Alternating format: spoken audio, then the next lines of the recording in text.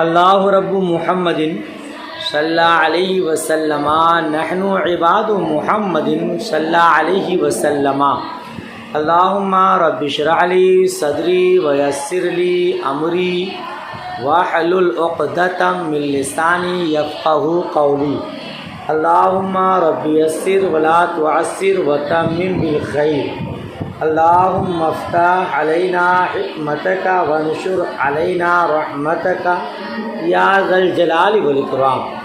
بسم اللہ الرحمن الرحیم۔ ثم عطف على نکاح الکتابیۃ قولہ ونکاح المحرم والمحرمۃ والامۃ المسلمۃ والکتابیۃ وفیہ خلاف الشافعی۔ آج تھوڑی آواز میری پھنسی ہے، بغور سماعت کیجیے گا، بار بار نہیں بلوائیے گا۔ پھر مصنف علیہ رحمہ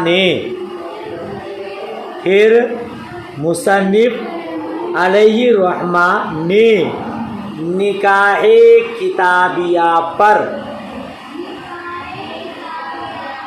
عطف کیا۔ پھر مصنف علیہ الرحمہ نے نکاح کتابیہ پر عطف کیا اپنے اس قول کو،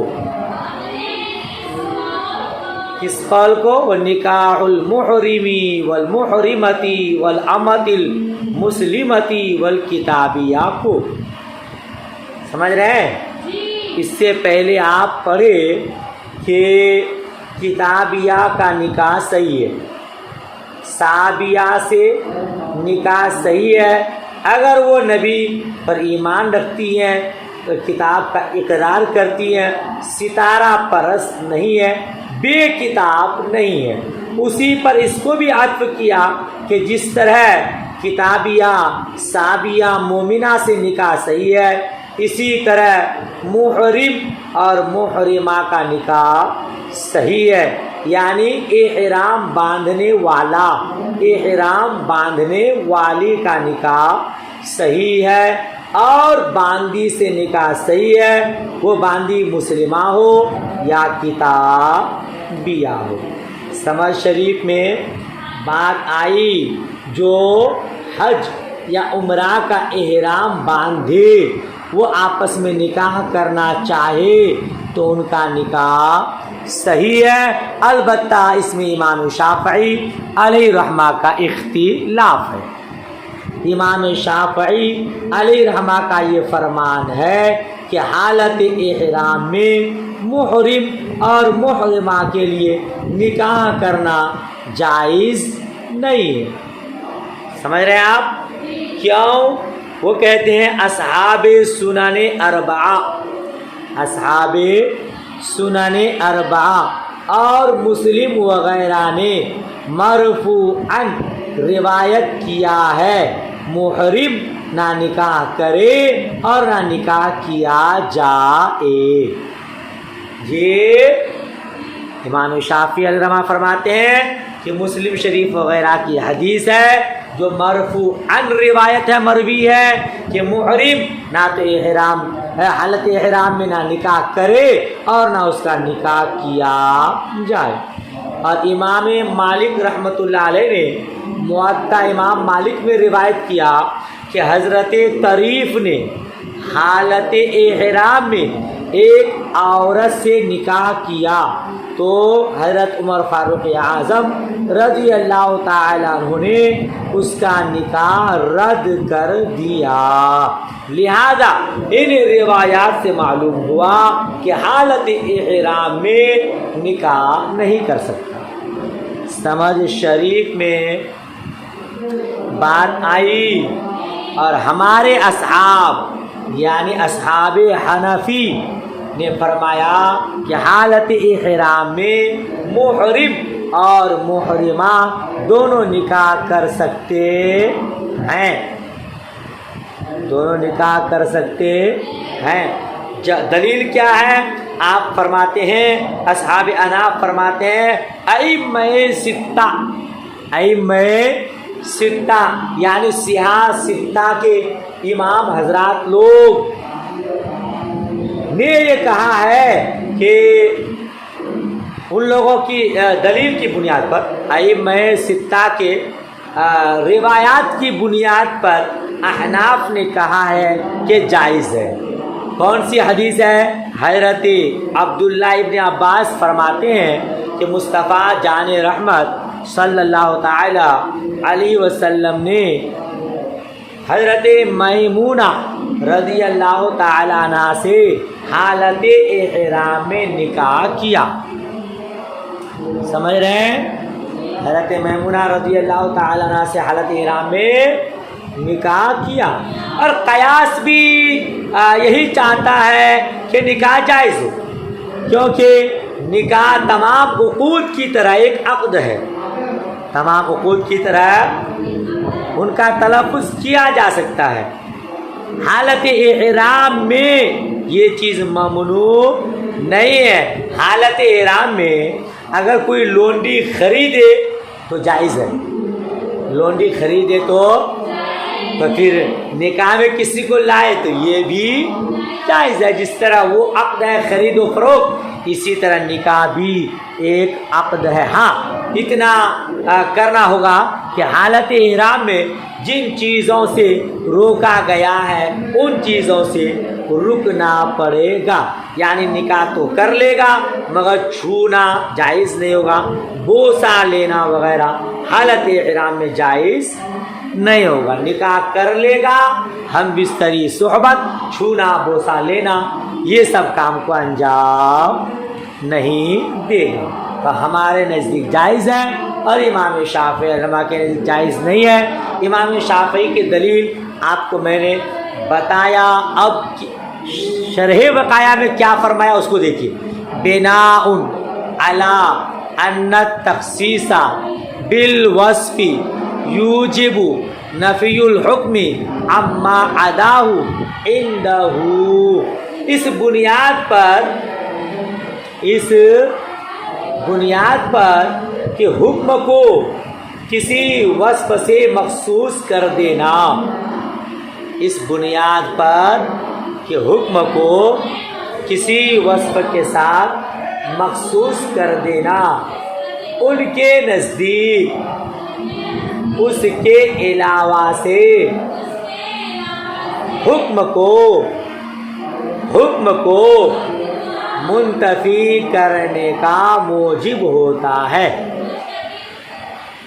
حکم کو منتفی کرنے کا موجب ہوتا ہے۔ نہیں سمجھے اس کو؟ امام شافعی علیہ رحمہ کے نزدیک جب حکم کو کسی وصف کے ساتھ خاص کر دیا جاتا ہے تو اس کے علاوہ سے حکم کو ختم کر دیتا ہے۔ کیا آواز نہیں آ رہی ہے؟ بناء علی ان التخصیص بالوصف آ رہی ہے؟ اب آ رہی آواز؟ مائک چالو ہے بھائی، آواز کیوں نہیں آ رہی ہے؟ اس بنیاد پر کہ حکم کو کسی وصف سے مخصوص کر دینا، اس بنیاد پر کہ حکم کو کسی وصف سے مخصوص کر دینا، ان کے نزدیک اس کے علاوہ سے حکم کو منتفی کرنے کا موجب ہوتا ہے۔ اب آئی آواز؟ مطلب یہ ہوا جب حکم کسی صفت کے ساتھ خاص ہو جائے تو اسی کے ساتھ حکم پایا جائے گا، اس کے علاوہ کے ساتھ حکم نہیں پایا جائے گا۔ کیا ہوا؟ مائک چالو ہے بھائی؟ اب آئی آواز؟ اچھا ہو گیا۔ لا عندنا، ہمارے نزدیک نہیں۔ اب آگے اور دیکھیے مسئلہ حل ہو جائے گا۔ فقولہ تعالی، تو اللہ تبارک و تعالی کا قول، من فتیاتکم المؤمنات، پوری آیت پڑھاتا ہوں۔ پوری آیت اس طرح ہے وَمَن لَّمْ يَسْتَطِعْ مِنكُمْ طَوْلًا أَن يَنكِحَ الْمُحْصِنَاتِ الْمُؤْمِنَاتِ فَمِمَّا مَلَكَتْ أَيْمَانُكُم مِّن فَتَيَاتِكُمُ الْمُؤْمِنَاتِ. یہ پوری آیت ہے جس کا خلاصہ یہ ہے کہ اگر کوئی آزاد عورت سے نکاح کرنے کی طاقت نہ رکھے، آزاد عورت سے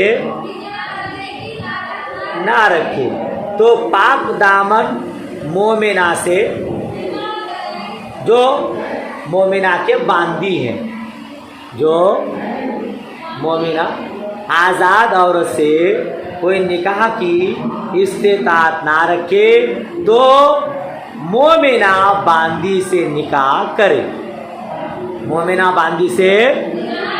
تو امام شافعی علیہ رحمہ کی دلیل دیکھیے. امام شافعی علیہ رحمہ کی دلیل اللہ تبارک و تعالیٰ کا یہ قول ہے جس کو میں نے بتایا کہ اگر آزاد عورت سے نکاح کرنے کی استطاعت نہ ہو تو مومنہ باندی سے نکاح کرے، ہے نا. تو اللہ تعالیٰ کا قول من فتياتكم المؤمنات ينفي جواز نکاح الکتابیہ عنده. نکاح کتابیہ سے نکاح کے جواز کو منع کرتا ہے ان کے نزدیک. نہیں آئی آواز؟ کتابیہ سے نکاح کے جواز کی نفی کرتا ہے ان کے نزدیک. پورا ماحصل یہ ہے کہ امام شافعی علیہ رحمہ کا فرمان یہ ہے کہ حکم اگر کسی صفت کے ساتھ خاص ہو تو اسی کے ساتھ پایا جائے گا، اس کے علاوہ کے ساتھ نہیں پایا جائے گا. لہذا امام شافعی نے غیر مومنہ لونڈی سے نکاح کو ناجائز قرار دیا. ناجائز قرار، کیونکہ آزاد عورتوں کے ساتھ نکاح کرنے کی قدرت نہ ہو تب جا کر کے لونڈی سے نکاح کرنا جائز ہے. اسی طرح جو آزاد عورت کے ساتھ نکاح کرنے پر قادر ہو، باندی سے نکاح ناجائز، اور کتابیہ غیر مومنہ لونڈی سے بھی نکاح ناجائز ہے نا. کون کہتی ہے؟ امام شافعی رحمۃ اللہ تعالی. تو جب اللہ تعالیٰ نے لونڈیوں سے نکاح کی اجازت کو وصف ایمان کے ساتھ مخصوص فرمایا تو معلوم ہوا غیر مومنہ لونڈی سے نکاح جائز نہیں. کن کے نزدیک؟ امام شافعی رحمۃ اللہ تعالی علیہ کے نزدیک. اور ہم احناف کے تخصیص بالوصف، کیا بولیں گے؟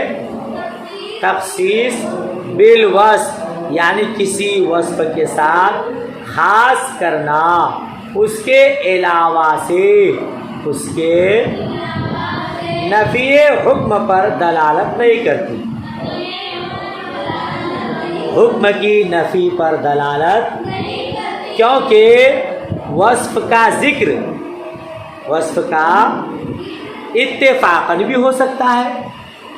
احناف کہتے ہیں وصف کا ذکر اتفاقاً بھی ہو سکتا ہے اور عادت کا لحاظ کرتے ہوئے بھی ہو سکتا ہے. کسی چیز کی اہمیت جتانے کے لیے بھی وصف کو بیان کیا جا سکتا ہے اور کسی اور وجہ سے بھی وصف کو بیان کیا جا سکتا ہے. لہذا مومنات کی قید کا مطلب یہ نہیں کہ غیر مومنہ لونڈی سے نکاح جائز نہیں. احناف کہتے ہیں مومنات کا ذکر ہو سکتا ہے اتفاقاً ہو سکتا ہے مومنہ عورت کی اہمیت جتانے کے لیے رب نے قید لگایا ہو، لہذا اس کا یہ مطلب نہیں کہ غیر مومنہ لونڈی سے نکاح جائز نہیں۔ سمجھ شریف میں بات آئی۔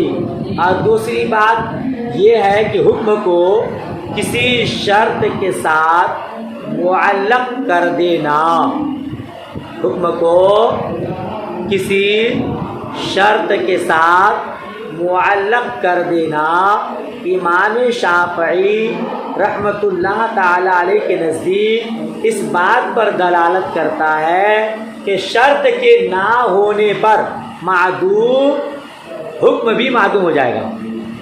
امام شافعی فرماتے ہیں جب حکم کسی شرط کے ساتھ معلق ہو تو وہ شرط پائی جائے گی تو حکم پایا جائے گا، شرط نہیں پائی جائے گی تو حکم نہیں پایا جائے گا۔ تو جب اللہ تعالیٰ نے لونڈی سے نکاح کا جواز آزاد عورت سے نکاح کی قدرت نہ ہونے کی شرط کے ساتھ معلق فرمایا، رب نے فرمایا آزاد عورت سے نکاح کرنے کی طاقت نہ ہو تو مومنہ باندی سے نکاح کرو۔ اب جب آزاد سے نکاح کرنے کی طاقت ہو تو باندی سے نکاح جائز نہیں ہوگا امام شافعی علیہ رحمہ کے نزدیک۔ نہیں سمجھ میں بات آ رہی ہے؟ اور ہمارے نزدیک کسی شرط کے ساتھ اگر کوئی حکم معلق ہو تو اس کی جزا کا مذکورہ شرط کے ساتھ خصوصی ربط اور تعلق ہے۔ اگر کسی شرط کے ساتھ حکم کو معلق کر دیا ہے تو احناف کہتے ہیں یہ بات ضروری نہیں ہے کہ اگر شرط نہ پائی جائے تو جزا ہمیشہ کے لیے ختم ہو جائے، جزا ہمیشہ کے لیے ختم ہو، یہ ضروری نہیں ہے۔ اس لیے احناف کے نزدیک لونڈی سے نکاح جائز ہے، ہاں آزاد عورت سے نکاح کی قدرت ہو یا نہ ہو۔ یہاں اتنا ہی بیان سمجھیے۔ دیکھیے پھر سے ترجمہ دیکھیے تو اللہ تبارک و تعالیٰ کا قول من فتیاتکم المؤمنات، کتابیہ سے نکاح کے جواز کو منفی کرتا ہے امام شافعی علیہ رحمہ کے نزدیک، ولو مع طول الحرتی، ولو مع آزاد عورت پر قدرت کے باوجود، ٹھیک ہے نا؟ اور یہ بھی ترجمہ کر سکتے اگرچہ قدرت رکھتا ہو آزاد عورت سے نکاح کرنے پر، المراد بطول الحرۃ القدرۃ علی نکاحہا، طول الحرۃ سے مراد کہا نا ولو مع طول الحرہ، اس سے مراد کیا ہے؟ طول حرت سے مراد آزاد عورت سے نکاح کرنے کی قدرت، آزاد عورت سے، اب آزاد عورت سے نکاح کرنے کی قدرت کا مطلب بِأَن يَكُونَ لَهُ مَهْرُ الْحُرَّةِ وَنَفْقَتِهَا، بئی طور کہ اس کے پاس آزاد عورت کا مہر اور اس کا نفقہ ہو۔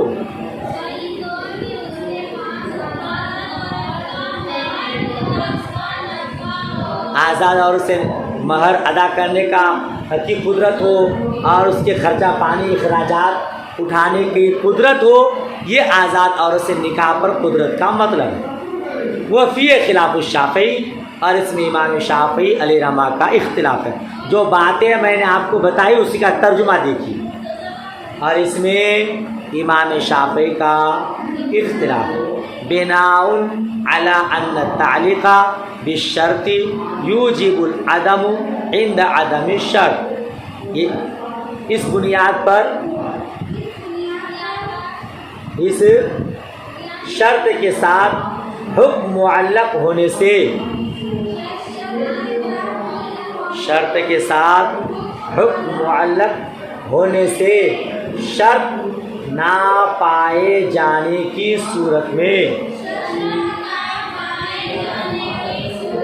عند عدم شرط شرط کے نہ پائے جانے کی یوجب العدم حکم منتفی ہو جاتا ہے حکم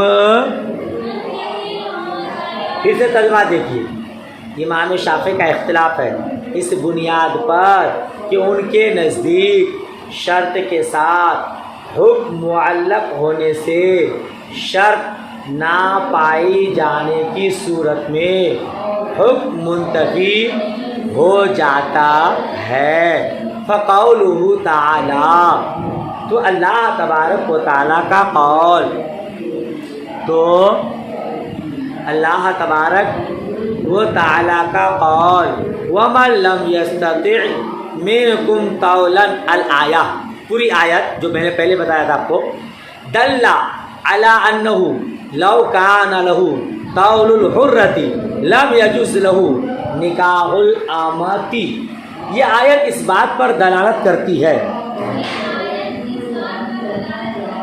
اگر آزاد عورت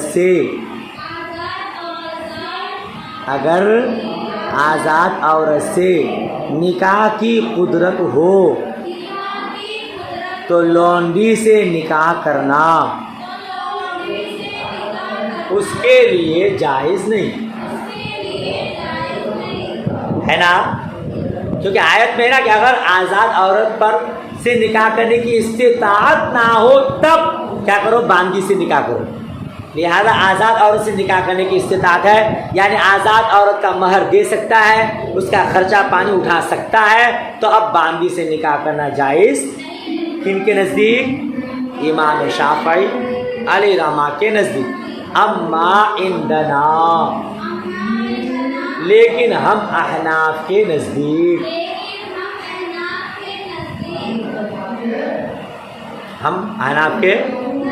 فَهُوَ سَاكِتٌ عَنْ هَذَا الْحُكْمِ ہم احناف کے نزدیک آیت اس حکم سے ساکت ہے یعنی باندھی سے نکاح کرنا آزاد عورت پر قدرت کے باوجود جائز ہے کہ نہیں آیت خاموش ہے اس حکم سے آیت خاموش ہے فبقى الحكم على تقدير طول الحرة على الحل الاصلی تو آزاد عورت سے تو نکاح کی قدرت ہو تو آزاد عورت سے نکاح کی قدرت ہونے کی صورت میں حکم حلت اصلی پر باقی رہ گیا ٹھیک ہے نا آزاد عورت سے نکاح کی قدرت ہے اس کے باوجود باندھی سے نکاح کر سکتا ہے کہ نہیں آیت خاموش ہے لہذا حکم اصلی اپنے حکم میں اپنے اصلیت پر باقی رہ گیا ٹھیک ہے وَكَذَا فِي الْأَمَةِ الْكِتَابِيَةِ اور اسی طرح کتابی لونڈی کے بارے میں یعنی اس میں بھی حکم اپنی اصلیت پر باقی رہے گا لہذا کتابیہ باندھی سے نکاح جائز آزاد عورت پر قدرت کے باوجود باندھی سے نکاح کرنا جائز ہم احناف کے نزدیک آواز پھنسی ہوئی ہے چلا چلا کے بول کے آواز چلیے آج کا سبق یہیں تک رہنے دیتے ہیں دعائے خیر میں یاد اللہ حافظ خدا حافظ